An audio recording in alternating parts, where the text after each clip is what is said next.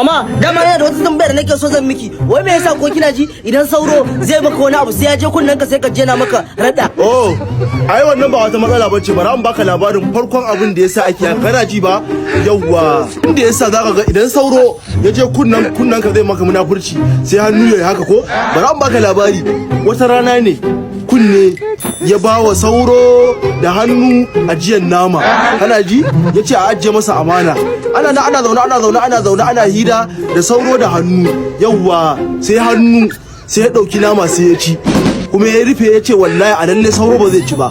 Shi ne sai sauro ya ce to shikenan bara kunne ya dawo sai ya faɗa masa. Ka gane? To shi yasa shi kuma idan sauro ya zo zai gaya wa kunne sai hannu sai ya fake shi. Ka gane?